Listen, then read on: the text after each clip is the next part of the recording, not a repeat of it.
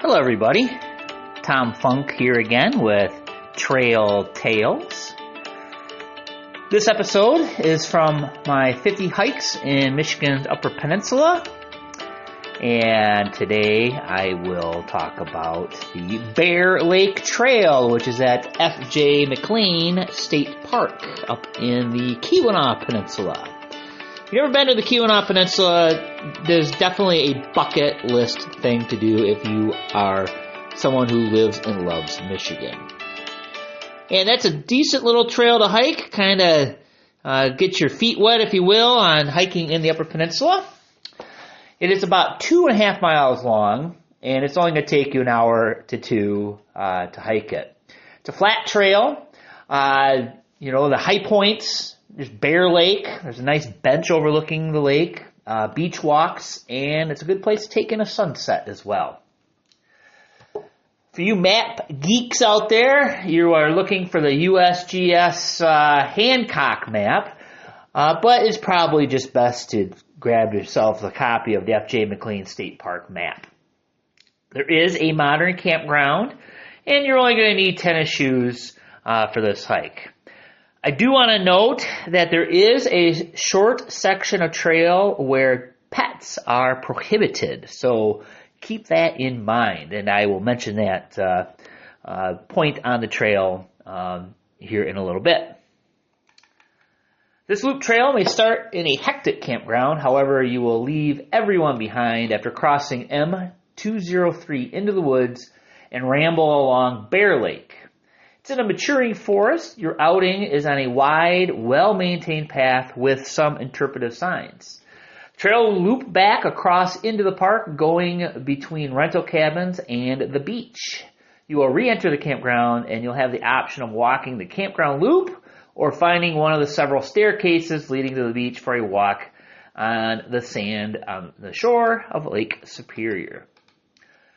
From Houghton and Hancock, you'll take M203 8 miles north, and the park entrance will be on the left. Check in at the contact station, turn left, and immediately park in the day use area. And you will need a recreational passport for entrance. Walk back up the entrance, drive 0.2 miles, cross over M203, and enter the woods, which are open to hunting, so keep that in mind if you're hiking in the fall. The wide wood-chipped corridor contrasts nicely with the maturing paper birches and red oaks lining the trail. Carpeting the ground are winterberry and bracken ferns.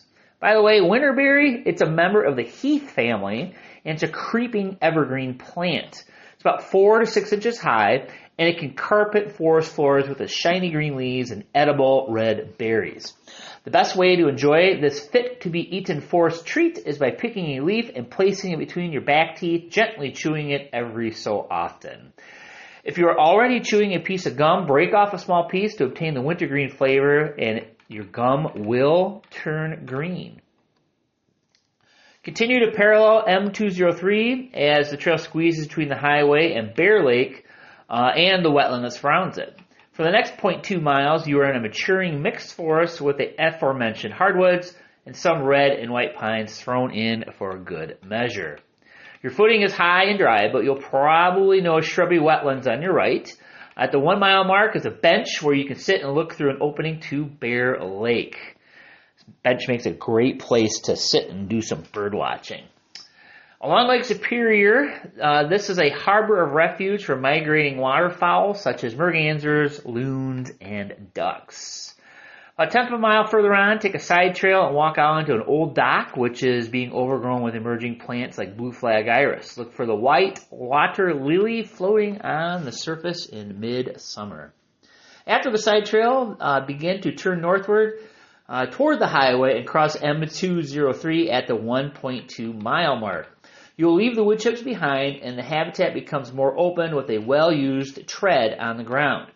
At the 1.5 mile mark, you will enter the campground and be greeted by a sign indicating that you're entering a dog-free zone.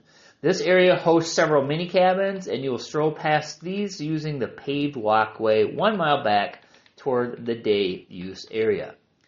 At any time, you can use one of the several staircases leading to the shore for a beach walk if you so desire.